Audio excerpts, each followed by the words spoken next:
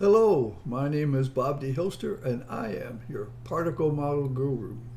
Today we're going to take a look at current in a circuit and see how that relates to the G1 base that I've talked about here recently. This is a standard way you look at a circuit where current is with equation is equal voltage divided by resistance. And here we have a 9-volt battery and an 8 ohm and a 1 ohm resistor. You add the 2 ohms together, and dividing 9 volts by 9 ohms, you get 1 amp of current flow. The idea is no matter where you put this, no matter where you measure it, it reads 1 amp. Well, let's look at how you do measure. If you take a voltmeter, which can use as a current meter as well, an ammeter. What you have to do is you have to break open the circuit and connect one lead of the ammeter to this point and the other lead over here. And what you're doing is you're inserting a shunt resistor, R sub S, into the circuit, and when you're measuring current, it's usually a very, very small resistor. I've shown here 1 milliohm, but it could be 1 microohm and whatever. Traditionally, back at the beginning, a galvanometer was tied across that shunt resistor, and a galvanometer reads voltage. So when you close the circuit and current starts to flow through it, the galvanometer reads the voltage drop across the shunt resistor. But to be a current meter, it has a scale that changes the scale such that the scale is related to the voltage drop divided by the shunt resistor. And it'll tell you what the current is. And you can place it here or here or here, and you're going to get the same result, 1 amp of current flowing. But the point is, it first measures voltage, then it scales it to give you the value of the current. I'm going to introduce you the idea of an interaction factor. This has to do with the mechanical model. And the interaction factor relates to how we get the percent loss. The percent of G1s that are scattered or trapped is proportional to the value of the assigned parameter of the object. In terms of gravity, the assigned value for the Earth is mass, and the percent loss is proportional to the amount of mass of that object. For circuits, it's a similar thing, only in this case, the assigned property is resistance. The value of the assigned value of the resistor, and this, by the way, the mass of the Earth is an assigned value, just like the kilogram standard is an assigned value. So the percent lost of G1s is proportional to these parameters. To make these statements of proportionality into an equation like this one, I introduce what I call the interaction factor. So that's which relates to how the G1 particle interacts with the Earth or with the resistor. And the interaction factor is a virtual constant. It's not an absolute constant. We often refer to this as a constant of proportionality. We put that constant, I sub F, in front of the resistance or the mass, and we get this equation. So we make an equation out of this. It's a virtual constant. Why? Because it isn't constant. I sub F will change with temperature. A hot resistor will actually lose more G1s than a cold resistor. For the most part, we operate resistors in a normal range, and it has a value that is reasonably consistent. Okay, the number of G1s lost is proportional to the number into the resistor times the percent lost, and the percent lost is equal to I sub f times R sub f. So you expand this two-term equation to three terms, where Ni is the number of G1s entering the shunt resistor, and I sub f is this interaction factor. To get the voltage drop, we introduce the concept of V sub G1, which is the number of volts per G1. That's an assigned number. I picked the number of 0.1 ohms per G1. Here I generalize that value as V sub G1, and there's, in this type of an approach, there will ultimately be a correct value for that. But when you multiply this equation up here, both sides by this number, you get the number of the voltage drop across that shunt resistor. Okay, so then I'm just repeating this last equation from the previous slide. To get current, you divide the voltage by R sub S. So you divide this side by R sub S and this side by R sub S, and you get this, such that the current through the shunt is equal to the number coming in times I sub F times V sub G1. These are both like constants. So I sub S looks like it's directly proportional to the number of particles coming in. So that is amazing, because I started with a mechanical model, and I end up with something that you might hear modern science say, that the current is the number of electrons flowing through a circuit. And I'm saying, well, current is related to the number of G1s flowing through the circuit. And so it's current in this circuit is related to the number coming in. And this is an example I had before, but I've added the ammeter here. And the amount of current flowing through this meter is based on 10,000. But if I put it up here at point C, it's going to be based on 9,920. If I put it here, it's going to be based on 9,910. Okay, yeah, they're very similar, but they're not the same. You don't get precisely in the terms of the physical model. The particle model, you will not get exactly the same. Engineer would probably say, oh, forget it, it's 1 amp.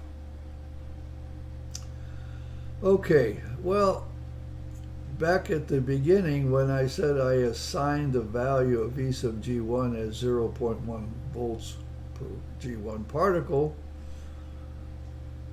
I actually had two choices. I could have assigned a charge, or as I did, I assigned voltage.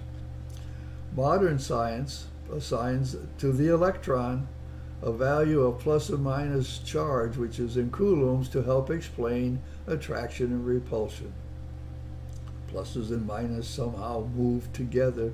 Opposites attract like charges repel, but without any physical property to help understand it.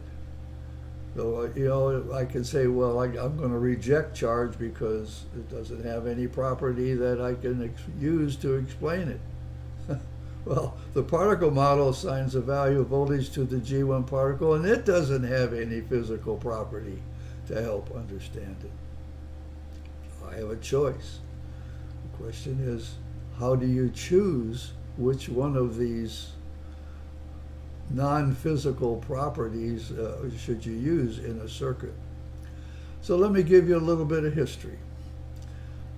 Back quite a while ago, this was probably almost 3 years ago, Dave and I, Dave's my son, decided that light in the form of a photon and gravity in the form of a graviton were caused by the same particle, because they were moving, they both move at speed c in space. We immediately added the electron because current moves at a very high speed. Well, modern science says, well, no, the electron moves very slowly, current moves very fast. Well, that doesn't make sense. We took the approach that the electron moves at speed c, just like the photon and the graviton. And right at the very beginning of this series of videos, it's exactly what we said. The G1 replaces the photon, the graviton, and the electron. Well, it was several months before I attempted to analyze circuits, and I used the mechanical model to see what happens when the G1 passes through a resistor. So this is the original circuit I'm looking at, and the G1 is coming into the 8 ohm. Some of them go straight through, some of them scatter, some of them get trapped, but they get lost. And it immediately occurred to me that the loss of G1s had a direct relationship to the loss of voltage. Wow. That's when I first realized that the G1, loss of G1ness, was related directly to voltage. Same thing over here, the loss of G1s to the 1 ohm resistor. You lose G1s, you lose voltage. That solidified the idea of voltage. Come over to the battery, and a surprise. Okay, I already understood there's a magnetic field flowing through and around the battery, down and around the battery. I already understood that magnetic field was made up of G1 particles when I did the magnet.